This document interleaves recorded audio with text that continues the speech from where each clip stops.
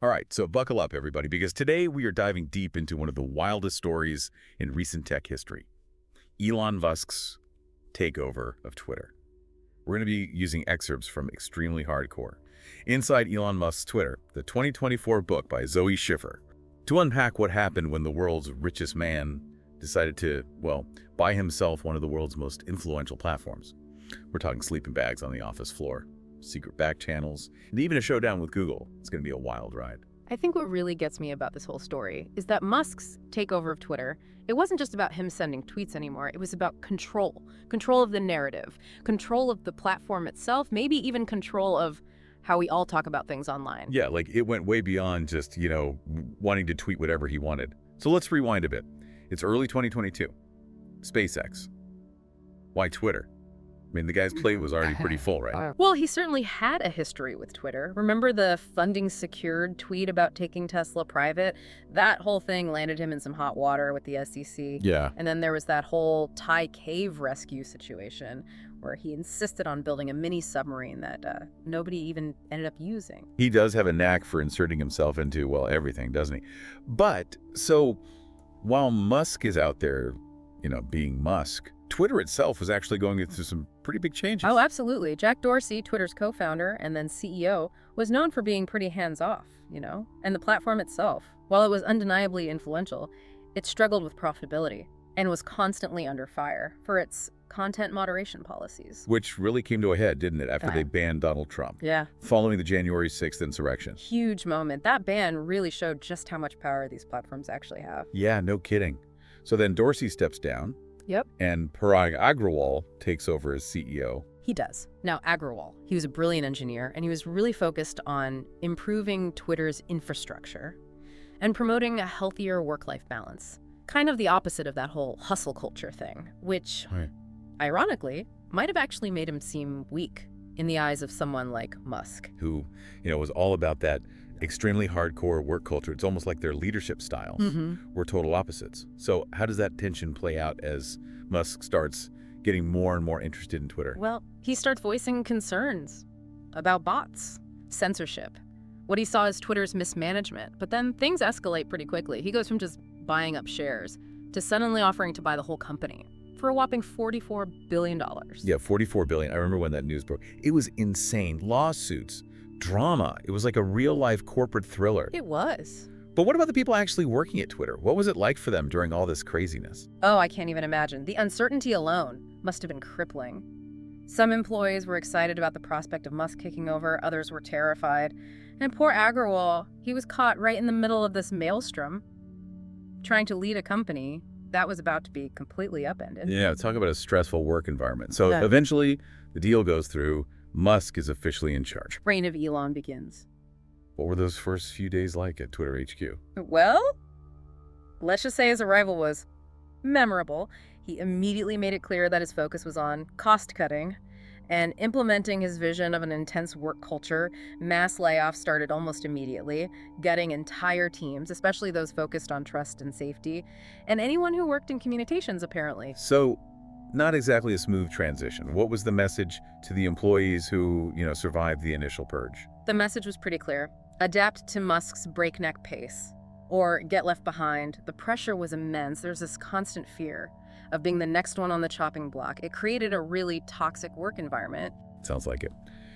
So in terms of actual changes to the platform, what were some of the first things Musk focused on? One of his big pet projects was revamping Twitter Blue. You know, that little blue check mark that verifies users? Yeah, the verification badge. Well, Musk decided to tie it to a paid subscription, $8 a month. Which immediately raised some red flags, didn't it? About impersonation, abuse. Oh, absolutely. There are huge concerns internally. But Musk, well, he pushed forward anyway, and the rollout, it was a disaster. It's putting it mildly. Fake accounts started popping up everywhere. Do you remember that parody Eli Lilly account, the one that tweeted out that insulin was now free? Oh, yeah. Yeah. That caused their stock to absolutely plummet. It did. It was a complete mess. It's almost unbelievable that something like that could actually happen. It really highlights just how chaotic those early days were under Musk. It does, and I think it's a prime example of how Musk's, let's call it, impulsive nature and his move fast and break things mentality often backfired spectacularly, and that was just the beginning. Oh boy. So things are already a mess. And then Musk's behavior starts to get even more unpredictable. Right, publicly attacking employees, obsessing over his engagement numbers, cracking down on any hint of a leak. It created this atmosphere of paranoia and fear inside the company.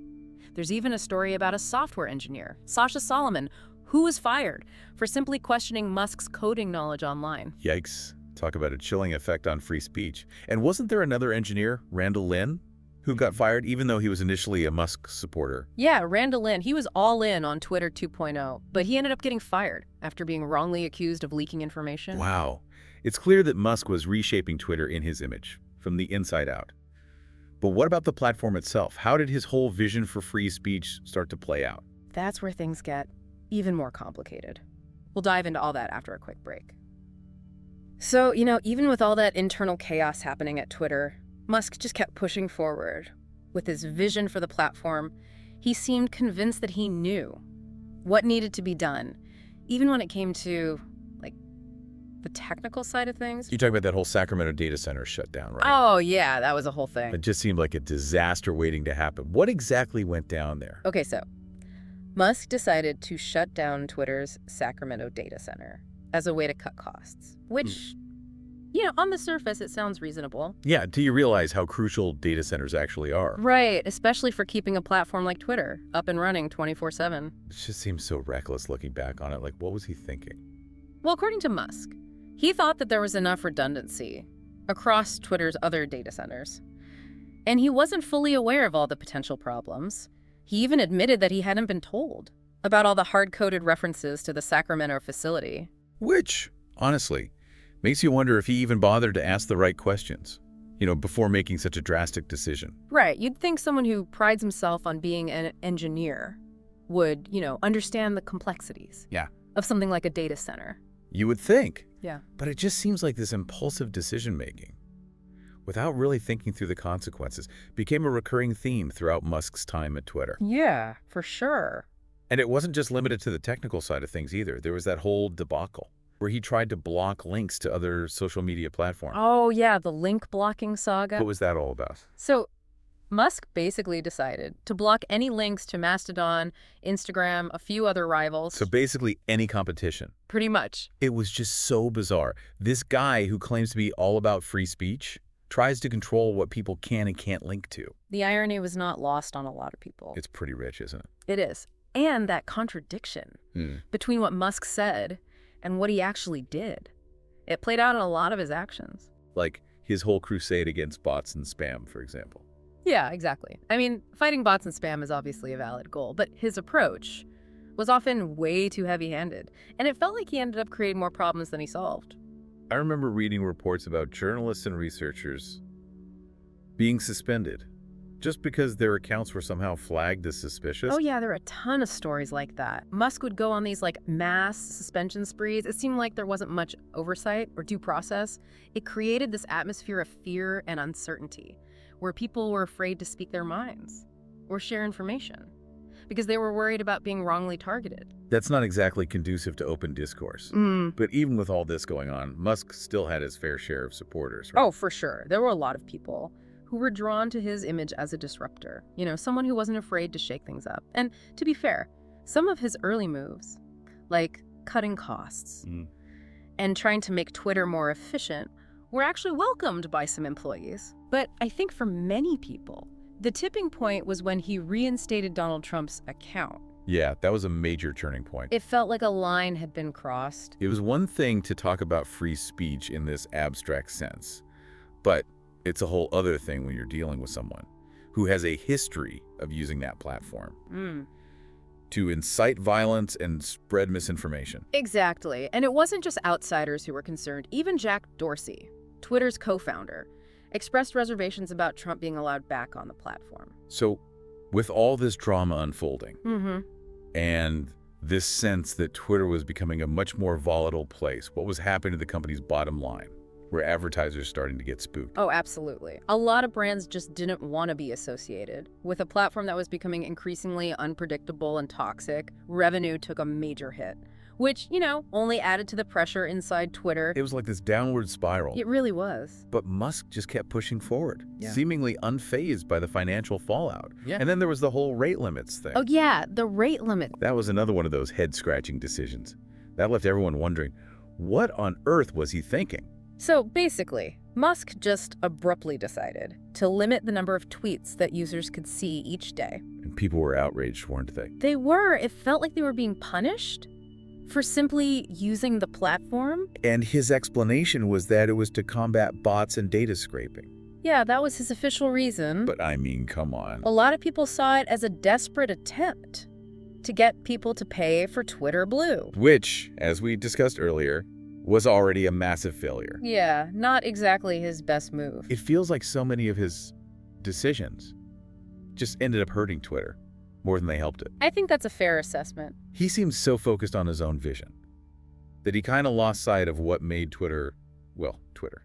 There's no question that Musk fundamentally changed Twitter. He changed the platform's culture, how people experienced it, and its place in the world. Right, like it's not the same platform it was before he took over. Exactly. Whether those changes were for the better or for the worse, well, that's a whole other debate. Yeah, people will be debating that for years to come. This whole Musk-Twitter saga is just such a fascinating case study. It really is. It shows just how much power can be concentrated in the hands of one person. Right, and the implications of that. Yeah. Especially when it comes to something as influential as social media. It's pretty mind-blowing. It is. And it raises some really big questions about accountability Yeah. and the future of online platforms. Questions that we're still grappling with today. Exactly. So, we've talked about what happened inside Twitter, but what about the bigger picture? What does the Musk-Twitter saga teach us about the future of online platforms? What can we learn from all this? Well, that's the million-dollar question, and one that we're going to explore in just a bit. All right, so we spent a lot of time talking about the inner workings of Twitter. Yeah. The chaos, the questionable decisions.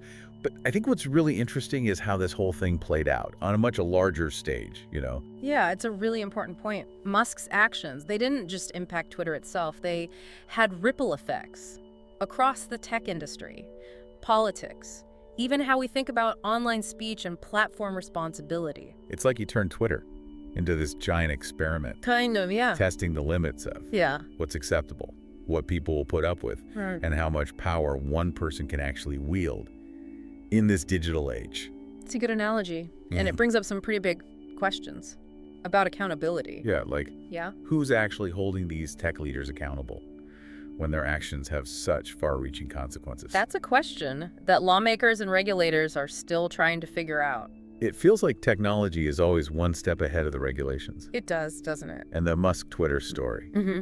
really throws those challenges into sharp relief. It makes us think about all these ethical dilemmas that we didn't even have the language for just a few years ago. So, where do we go from here when it comes to online platforms? I mean, Yeah. are we just going to lurch from one crisis to the next? I wouldn't say we're doomed, but there are definitely challenges ahead. It's about finding that balance between the benefits these platforms offer and the need for, some kind of responsible governance. We need to think about how we can foster healthy online communities while also preventing the spread of harmful content.